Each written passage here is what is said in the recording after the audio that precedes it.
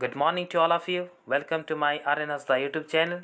So friends, today I will discuss about Santali Olchiki and English Language Part 2. So friends, you can see here the left side Santali Olchiki and right side Santali Olchiki translate into English language. So friends, I will discuss about second line. You can see here A Ag Aj Am O.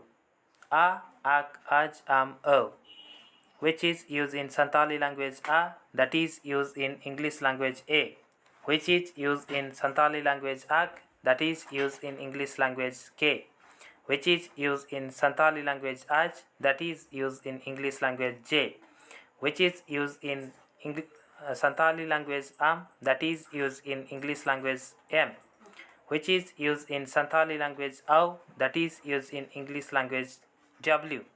So friends, today is enough. Meet you once again the next video. If you like the video, please subscribe my channel and press the bell icon for watching my next video. Good day and goodbye.